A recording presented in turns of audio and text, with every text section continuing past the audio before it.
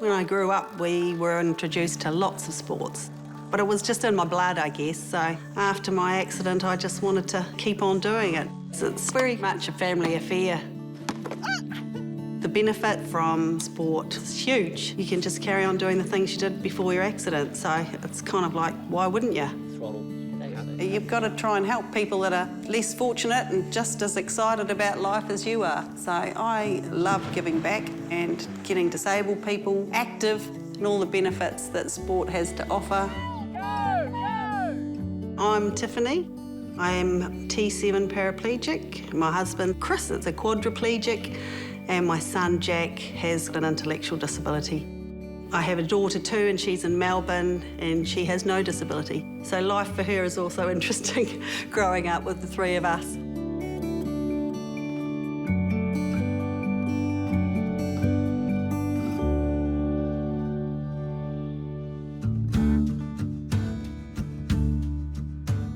Oh, do you want a cup of tea, Mum and Dad? Oh, yes, that'd be lovely, Jack. Are you going to make us one? Yep. Normal life around this house, well, there's the three of us for the last sort of 6 or 7 years. Emma's been in Melbourne. It's pretty full on with Jack. Like, Jack has global developmental delay. So that means he has trouble with his fine and gross motor skills and also his thought processes. Got a little bit of milk, bit of sweetener. He's probably got the intellect still of about a 7 or 8 year old, but he does man things. And he's 6'2", so it's not a disability that's apparent straight away when you meet him. That's mine. OK, thanks, Jack. He's just a bundle of joy, really. Did you have a sip of it? No, you didn't. One of the things we taught him early on is make a cup of tea for Mum and Dad, you know, in the morning. Say, comes in, you want a cup of tea? Yeah, sure do. You drink that one, that's my one, that's my one. Our family unit's great. You've got my favourite cup. We all got our strengths and we all got our ways of doing things and our different disabilities. So I'm a quadriplegic, C6-7, no trunk, no legs. So, you know, just rely on what arm function I have, basically. And then Jack, with his disability, we're along the same lines. You know, people say to you, you will never be able to do that. With me and Jack, we're the opposite. We're like, if we can't do it, how can we do it?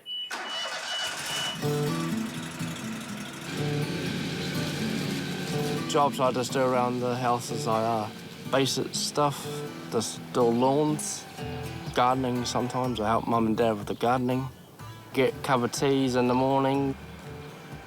It's hard and Dad and Mum in wheelchairs as well. Normally I help Mum with the trailer.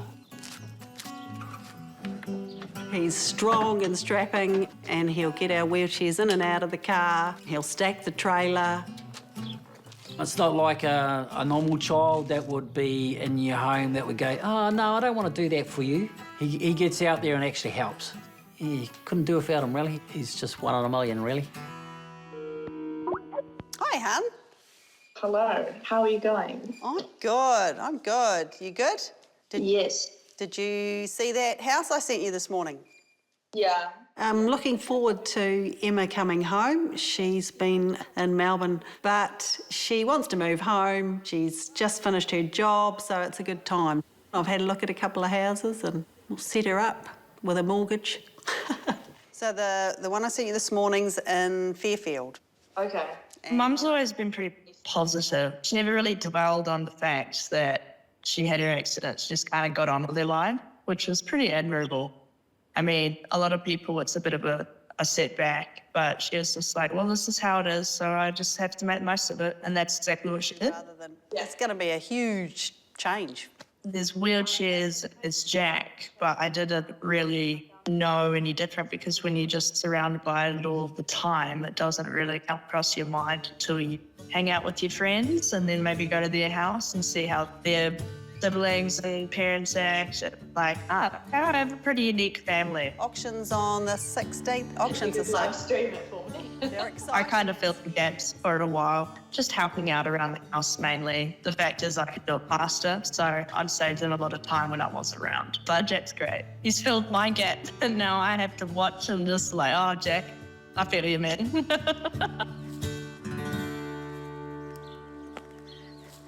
I've been on the chair 37 years, I think, now.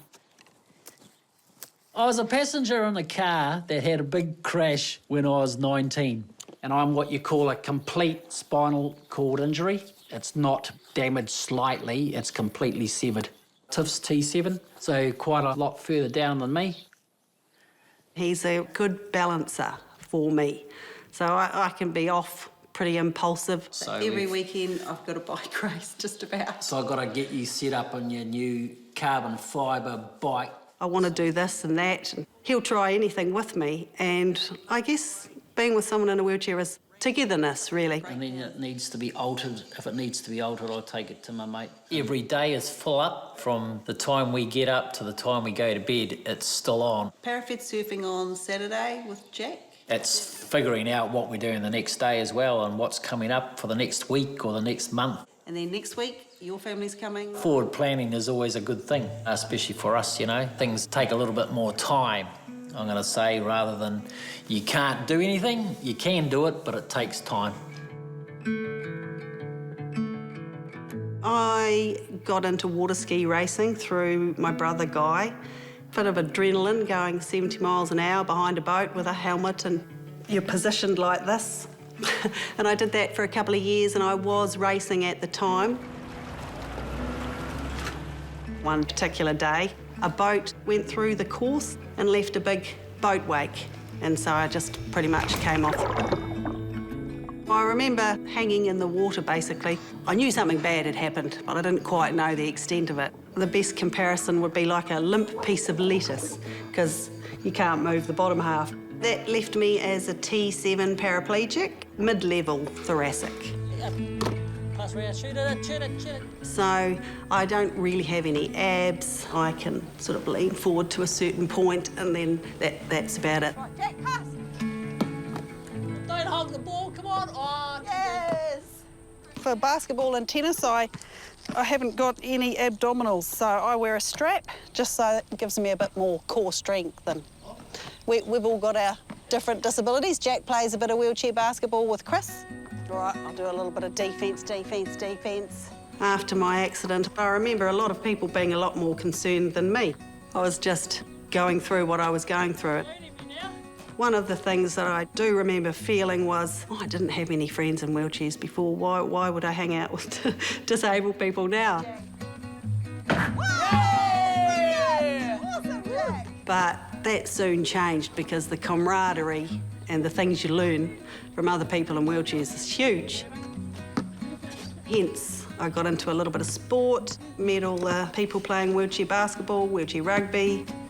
She came along to a wheelchair rugby training night. Ever since then, it's just go, go, go. And went flying into his lap because I wasn't belted into the chair. That was my introduction to Chris and wheelchair rugby. And my lap. And your lap. We've been together 22 years. We gel together because if she can't do it and she wants to do it, we make sure that we put our brains together and make it happen. She's always go, go, go. Nothing gets her down. Gorgeous inside and out, and that's what I love about her. My first husband, Rob, is Emma's father. 5 years later, I had another child, both in the wheelchair. Jack is Chris and my boy. Shut up. Oh. I just felt I wanted to get on and live my life. Hi, Nancy. Hello, how are you? Hi, Jim. Do all my chores and then go on the bus after that. So that's a part of life. Thank you.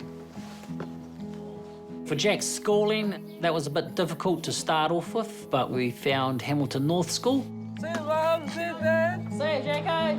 They are manned by teacher aides and really cool teachers. It'll be his last year next year. Fun's going to school because normally we just hang out and we do like basketball and we do some dodgeball and stuff like that at school. Okay, Jack, so if you start with the flannelette, Yep. pack it really tight and make sure we get to 10 kg. Yep. Cool, thank you. So the skills centre that we have is where we can provide the students the skills necessary to be in the workforce. The things like turning up on time, working for a set period, being able to work in groups or by yourself and maintain that work. Jack's an awesome character to have in class. He's got a great sense of humour. He's a warm, caring person. He's hard-working. Okay, Jack, how do you think you're going? Good. You like to come away yet? Yeah. Jack's coming in. Jack has an understanding of numbers, up to 100, I think it is. But when we start getting into half numbers, that's when he has a little bit more difficulty. So he still reads it as a whole number rather than a half number. Okay, so how much have we got there, Jack? 91. 119? 119, yeah. So is that too much or not Yeah. enough? Yeah. Okay, so what number are we going for? Number 10. In my time teaching Jack, he has improved in being able to recognise the number, and I think it's the practical aspect that has helped him to achieve that. There we go. Okay, so what number have we got now? 10. Perfect. Okay, you tie that up and I'll put these back. Okay. Ideally, I'd like him to have a part-time job, Here, Jack. Thank you. but in reality, he will always need close supervision. So it's like, what can he do so that he can just feel like he's having a normal life?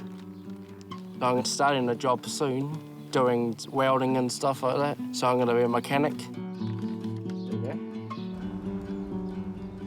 He's a happy, fun-going guy, and I'd hate to see that taken away from him because of social perceptions and stuff like that. go. Hey, mate. G'day, mate. How are you? Good, how are you going? Good.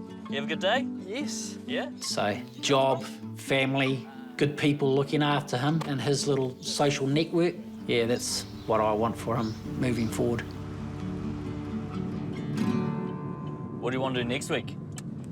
Have you got... Is your school finished next week? Yeah. Oh, so you're on holiday, so we can do lots of adventures. Yeah. Cameron, he helps me if I need help or something. Sometimes he's going to help me drive a manual and stuff like that. Oh, yeah.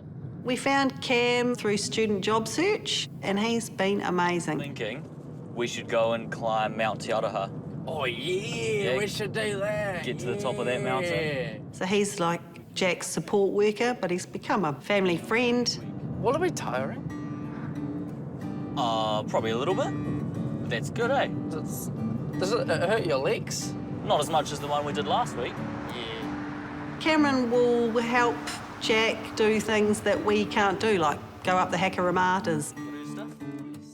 Sometimes they'll just do some gaming. He goes back to Cam's flat. It's a great social thing for him.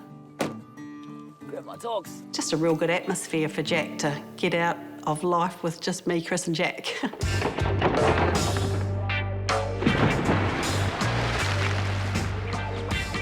My goal is to build a lot of Jack's independence skills. Whether it be teaching him to cook, or ordering food, or going to a supermarket. And then also, we'd like to have a bit of fun, so we go on adventures. He's usually pretty excited to go and do things like go climb a mountain. He's real determined when he's got something to focus on and just work towards.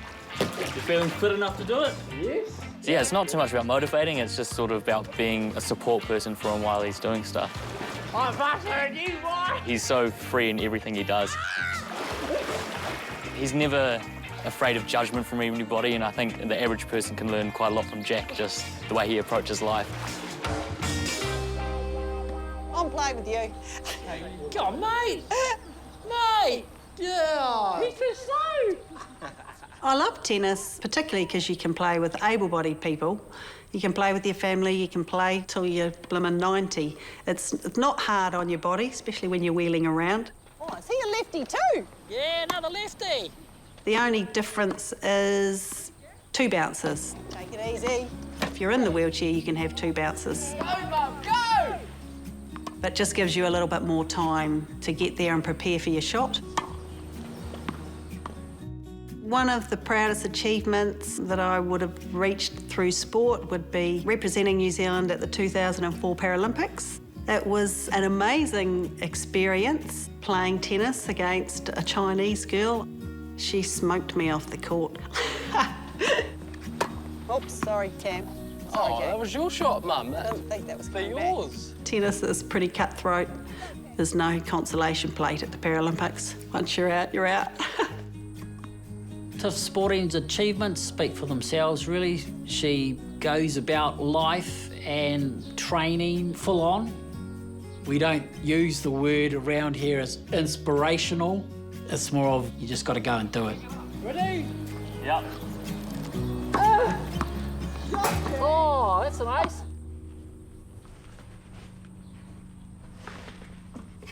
Chris is really into sport. He's had 20 years of playing wheelchair rugby. He is now involved in basketball, so we're both at the age that we like to encourage other people to get the benefits that we've got out of sports. He likes to set people up in different pieces of equipment because he's a mechanic. I'm good at the doing, he's good at the setup. He keeps all my bikes in great shape. So what we want to do is get a whole load of equipment and hire it out to people if they want to come and have a go. So that's on the pipeline. So I'll probably need a bigger man cave to store it all. So this is the lasher. It's a bit of a beast. I met Dougal through Chris. They both met playing wheelchair rugby. Chris helped him get into rugby with a setup. He saw me on my bike one day and he started talking about cycling. It's easy to get off though, unlike the hand cycle. Always bouncing things off Tiff and Chris through what they're doing, what different adaptive tools that they've got. Because they know me so well, they know what my limitations are. So I'd probably have the accelerator because that's my weak side. You go up. Yeah, I always have my thumb a little bit on the throttle. Just about. I'm really keen for Dougal to try the lasher because I like it so much. Turn it on. I haven't been able to go off-road. It's certainly given me a new lease on life, so it's great that Dougal can try that and then he can make his mind up. Woo! Throttle, throttle, yeah. It was all about myself when I first broke my neck, being so young, and now it's about family and spending time with family. So you see Chris and Tiff doing stuff with Jack and able to go and do it as a family and that quality time. And I think that's life. You've got to enjoy those who are around you. And I mean, it gets a bit boring pushing down the road all the time. You know, you want to get off and do something more exciting. And if there's a piece of equipment out there that can help us do that, I want to see it there and get people using it. it's good, once you get used to those gears and the accelerator and when to use them.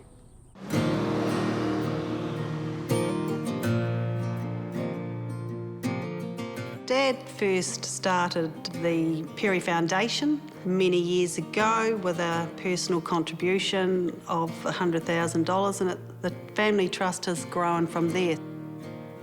It was my father, my mum and a group of their close friends that sat around the table and decided they needed to give back to the community and projects around Hamilton and the Waikato. My dad, you would describe as a self-made businessman. He started with a digger and was just a single contractor and everything really grew from there, from just having a small team to employing a couple of hundred people around the Waikato. And now the trust comprises of my brother, myself, my sister-in-law and their daughter, Georgia. We all have pretty much the same ideals and passions that my dad had. One of our biggest undertakings has been developing the Te Awa River Ride, which runs 70k from Karapiro to Ngarawahia. It's taken 13 years to complete. The entire route is paved and it includes a cyclist and pedestrian pathway across the Waikato River, the Perry Bridge. A lot of our activities are based around sports and recreation and helping young people through scholarships and facilities like the Podium Lodge here and the Velodrome and the Cycleway. So they're kind of more, I guess, health and well-being. We're all quite a crazy sporty family really, and because that is our passion, it has been what we have funded a lot. Te Awa Cycleway, that's been a massive project. I'm a avid cyclist myself, probably took after Tiff on that one, I guess. The thing I like the most about cycling is you can do it on your own. So I love going to Morrinsville to ride with the Wheelers because they're a really welcoming club for paracyclists. We ride every Wednesday, rain, hail or shine. Now I've got Jack into it. What do you think you're up to tonight, Jack? 1 or 2 laps? I just think it's one. Yeah. It's a bit cool to do 2 laps. I'm going to leave it up to you. Okay, Mum. It's a race, so that sort of elevates the feeling of just training every day. And then you get out there and you go hard.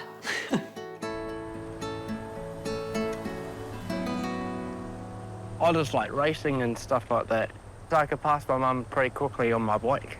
I got 22 gears. What? If it's a race, it'll be handicapped, so the fast riders go last, the slowest riders go first, and you all kind of finish within a 10-15 minute radius. Sometimes you feel you're in the way because you're on something a little bit different. You're not a slim little road bike, you're a slightly cumbersome hand cycle. But it doesn't matter what the bike is, Bev, she welcomes you with open arms. And we're only going to do one lap for the look of the weather. It's going to go chaos. Jack, John and Elcha and Tiffany are on go. I'm always thinking about when I can fit that next ride in. That's how addictive it is. 3, 2, 1, go. I love just hopping on it and riding. I solve the problems of the world on my bike. Keep safe and enjoy. Typically, I'll ride around between 30 and 50 Ks, I guess. An hour and a half to 2 hours is a good distance. I'm gonna catch Mum! There was a statistic that was read out to me when I was first in the spinal unit that the women that have accidents compared to men are 1 in 20. It does leave a little bit of a gap for women when you want to play sport with other women. So I find when I meet a female in a chair, I want to say, what do you do to occupy yourself in your spare time? Do you want to try hand cycling? I do find myself asking it and encouraging because there's not enough women to play sport.